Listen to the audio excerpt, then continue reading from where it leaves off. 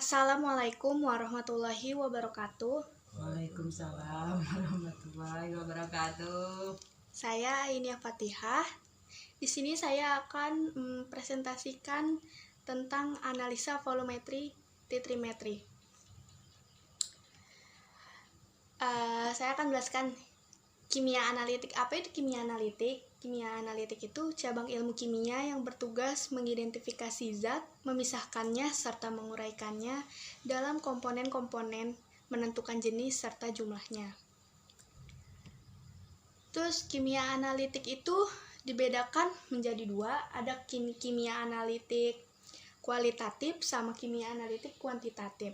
Kimia analitik kualitatif itu analisa yang bertujuan untuk menemukan dan mengidentifikasi jenis unsur senyawa yang terdapat pada suatu bahan. Contohnya itu analisa anion dan kation.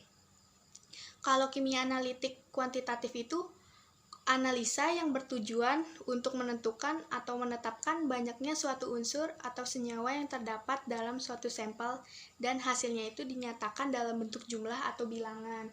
Contohnya itu analisa volumetri dan analisa gravimetri. Terus langkah-langkah analisa kuantitatif. Yang pertama pengambilan sampel atau contoh, yaitu memilih cuplikan dari suatu zat atau bahan yang akan diperiksa. Sampelnya itu harus mewakili. Yang kedua itu mengubah cuplikan menjadi suatu bentuk untuk memungkinkan dilakukan pengukuran, melarutkan, dikeringkan, ditumbuk, dan lain-lain. Yang ketiga pengukuran kimia, fisika, maupun instrumen. Yang keempat itu perhitungan dan interpretasi hasilnya. Terus analisa volumetri atau titrimetri. Titrimetri itu merupakan salah satu metode analisis kimia kuantitatif yang dilakukan dengan menetapkan volume suatu larutan yang konsentrasinya diketahui dengan tepat, yang diperlukan untuk bereaksi secara kuantitatif dengan larutan dari zat yang akan ditetapkan.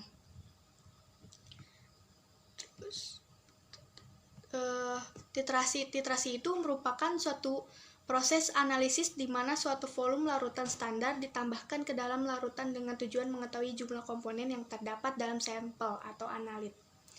Titrasi ini dihentikan sampai tercapai titik akhir titrasi atau TA.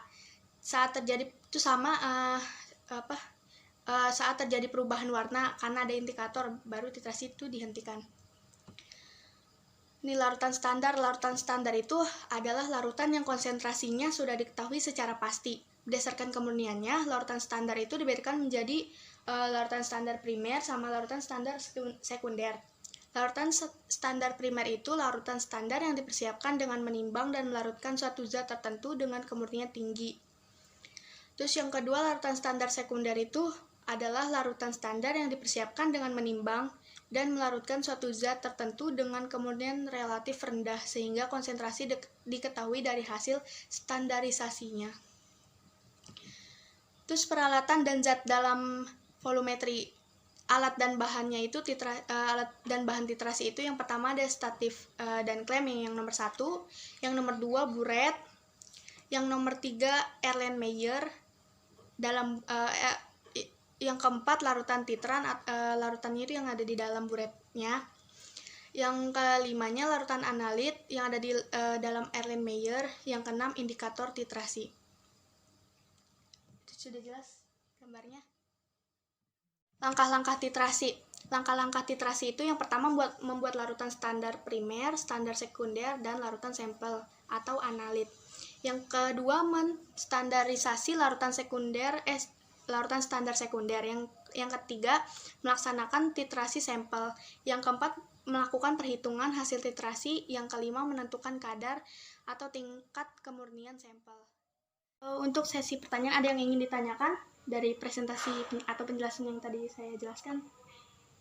Coba tolong jelaskan tentang pengertian dari analit. Analit. Analit itu zat yang akan ditentukan konsentrasi atau kadarnya. Sudah. Itu. Sudah? Sudah jelas? Terus coba tolong Ibu sama Bapak berikan kesan dan pesannya tentang saya tadi presentasi gimana? Kesan kesannya Ya cara penyampaiannya mungkin. ya mungkin diperbaiki lagi, jangan terlalu cepat gitu aja, biar kita lebih paham lagi gitu. Oke.